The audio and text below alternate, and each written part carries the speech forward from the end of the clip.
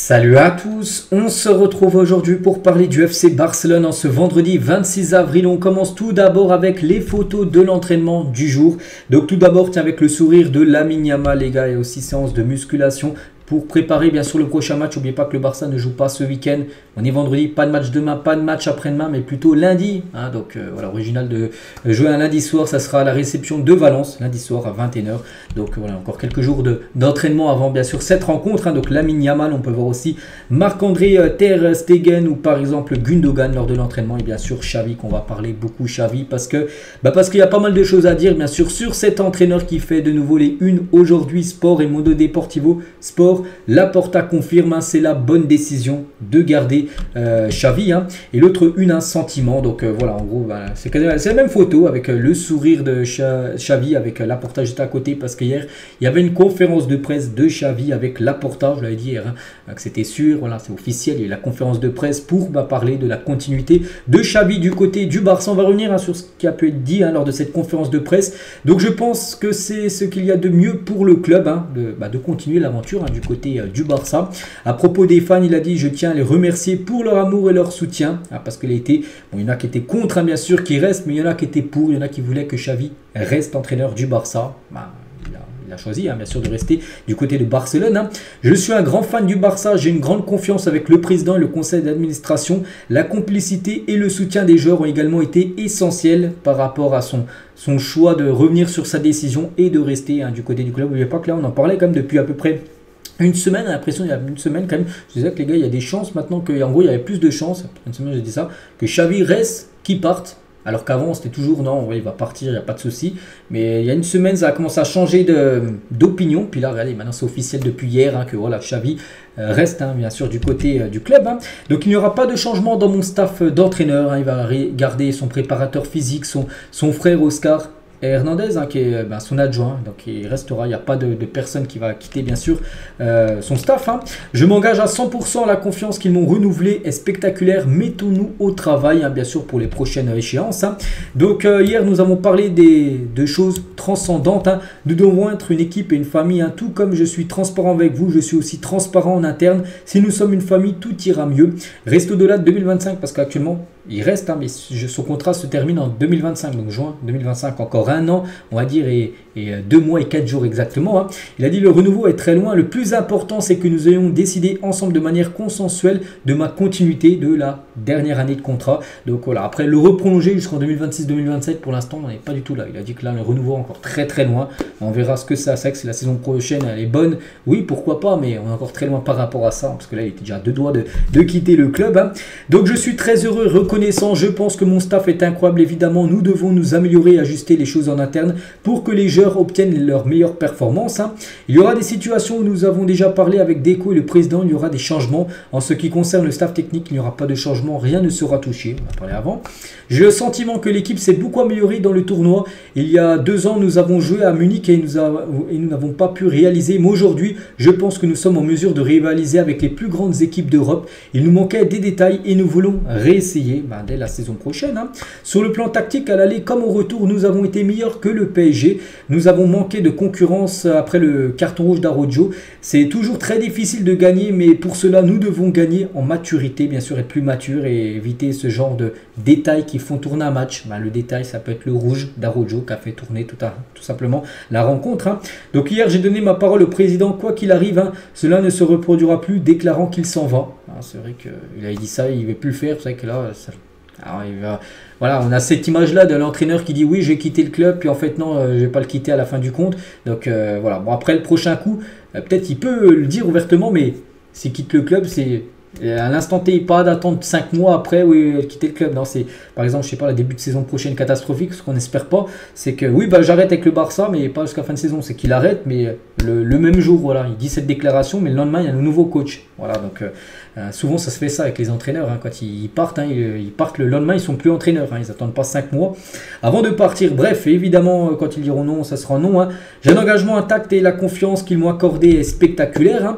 Évidemment, perdre a des conséquences, et les conséquences sont les changements de toutes sortes que Xavi et la direction sportive vont faire, ça c'est Laporta qui a dit ça, vont faire dans l'équipe. Hein. Même si nous n'avons pas gagné, nous retenons des choses positives de cette saison. Hein.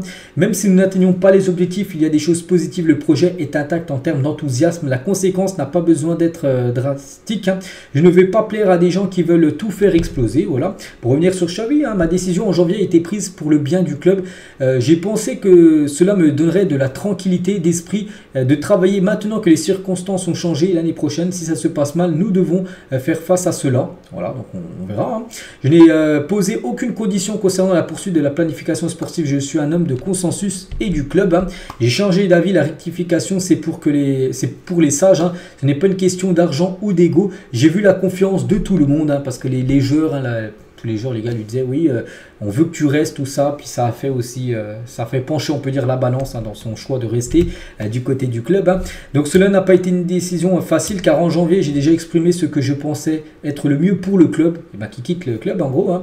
Mais les circonstances ont maintenant changé. Je crois que ma continuité est la meilleure pour le club. Donc c'est pour ça aussi qu'il a voulu rester, parce que pour lui, le meilleur pour le Barça, parce qu'il veut le meilleur pour le Barça, c'est qu'il continue au Barça. Donc après, c'est ce qu'il pense. Après, peut-être qu'il y a des personnes qui pensent autrement, bien sûr, hein, que Xavi. Hein.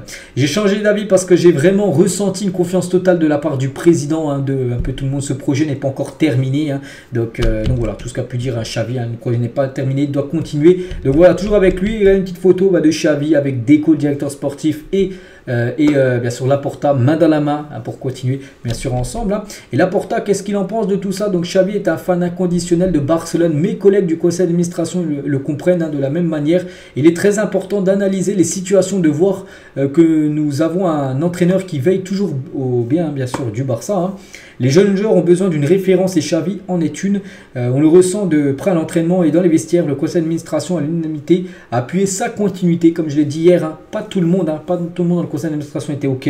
Hein. La majorité était OK, la continuité de Xavi, mais il y en a qui étaient contre. Hein. Il y en a qui ne voulaient pas en gros que Xavi, hein, continue du côté du club. J'avais besoin de voir Xavi excité, avec la confiance qu'il transmet, là c'est Laporta qui dit ça bien sûr, avec la tranquillité absolue qu'il veut que tout se passe bien. Je comprends ce projet avec Xavi comme entraîneur. Hein.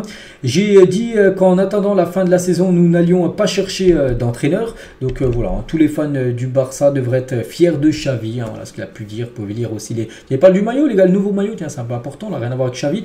Donc permettez-moi de ne pas entrer dans les détails du kit, car nous sommes dans une phase de renégociation avec Nike, hein, et d'évaluation d'autres options avec Puma. Si nous travaillons, c'est pour avoir le meilleur contrat sur le marché. Donc il a dit quoi là, il veut pas trop parler de ça parce qu'actuellement ils sont en renégociation avec Nike, hein, qui pourrait augmenter vraiment énormément ça, leur offre à Nike bien sûr, hein, pour sponsoriser encore, hein, les maillots du FC Barcelone. Il est revenu aussi Laporta, voilà, dans cette conférence de presse, sur cette action du Classico qui fait encore beaucoup parler. Donc le but refusé à la minimale dans le Classico, nous irons jusqu'aux conséquences finales. Hein.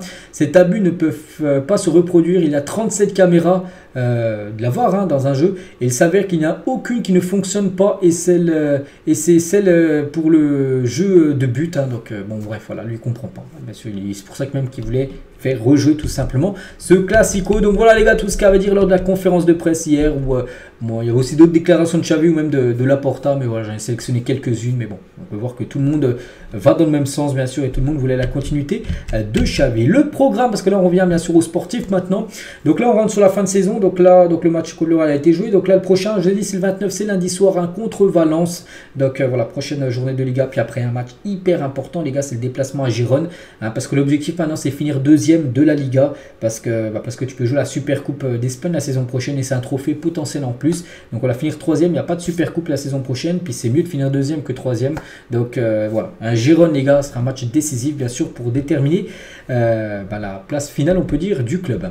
Xavi veut garder Araujo en club et au club, et le joueur veut rester. L'entraîneur estime qu'il est un joueur de très haut niveau et qu'il ne doit en aucun cas partir, même s'il y a pas mal de rumeurs depuis son rouge, hein, qui annonce comme un départ d'Araujo, peut-être pour aller au Bayern. Donc lui souhaite le conserver, hein, Xavi. Après on verra. Hein, Xavi souhaite le conserver, alors que le club plutôt, voilà, le Barça préférait plutôt le vendre, hein, parce qu'il a une belle valeur marchande, hein, Araujo. Concernant Sergi Roberto, donc le Barça discutera à nouveau du contrat de Sergi Roberto prochainement, car Xavi le considère comme un joueur important sur le terrain et dans le vestiaire. Après une première série de négociations, le camp de Sergi et le Barça se reparleront, mais il y a des chances pour qu'il reste, hein, surtout en plus vu que Xavi reste, et ben c'est un joueur clé de Xavi. Donc voilà, en gros, la continuité de Sergio Roberto, tout dépendait de la continuité de Xavi. Vu que Xavi reste, il y a des chances que Roberto prolonge d'une année supplémentaire au club. Xavi compte aussi sur Ansu Fati, mais le club pourrait le vendre. Voilà, Xavi souhaite le garder, mais le Barça souhaiterait vendre Ansu Fati pour la saison prochaine. N'oubliez pas qu'il est prêté, tiens, encore pendant 2 mois et 4 jours du côté de Brighton. Kvaratskhelia n'a pas renouvelé son contrat à Naples parce qu'il attend que le Barça fasse une offre pour lui. Pourquoi pas? Après, le problème, c'est que Naples va être très gourmand. On pense qu'ils vont demander, j'en sais rien, une somme énorme, des 70-80 millions d'euros pour le Barça. Ça sera totalement impossible. Le départ de Vitor Roque, c'est que Vitor Roque, depuis son arrivée en janvier, on en parle peu parce qu'il joue très peu. Donc, en prêt n'est pas exclu. C'est-à-dire qu'il y a des chances, en gros, qu'il parte en prêt la saison prochaine pour qu'il puisse prendre un peu de temps de jeu ailleurs. Parce qu'actuellement, voilà, c'est très restreint son temps de jeu. Voilà, le Barça, ça triplette en attaque. Rafinha, Lamine Yamal avec Lewandowski. Donc lui, il joue numéro 9. Il y a Lewandowski, le gros problème. Qu'en concurrence avec lui, peut-être pour le futur, d'ici peut-être 2-3 ans, il sera peut-être un titulaire, il jouera plus au Barça. Mais là, le mieux, on pense, pour tout le monde, bien sûr, c'est un prêt sans option d'achat. C'est-à-dire comme ça, il revient au club, bien sûr, d'ici quelques années. Baldé, il y a des nouvelles d'Alejandro Baldé qui s'est blessé en janvier dernier. Blessé jusqu'à la fin de saison, regardez. Donc en mode... on est en train de se guérir, rétablir, on peut dire. Donc il sera prêt normalement pour la saison prochaine. Et on finit aujourd'hui, on revient 7 ans jour pour jour en arrière. C'était un 26 avril et Javier Mascherano inscrivait son premier but et seul but du côté du Barça en plus de 333 matchs joués. Donc c'est un penalty, normalement c'est jamais lui qui tire les penalties, et le tireur de penalty ça doit être Messi bien sûr à l'époque. Voilà, il lui avait laissé le penalty pour qu'il marque enfin un but du côté du club. Donc voilà, c'est le seul but qu'il a marqué à Mascherano, bien sûr, c'était il y a 7 ans jour pour jour. Donc voilà ce qu'il y avait à dire aujourd'hui, j'espère que ça vous a plu. On se retrouve bien évidemment demain samedi pour le prochain numéro. À demain.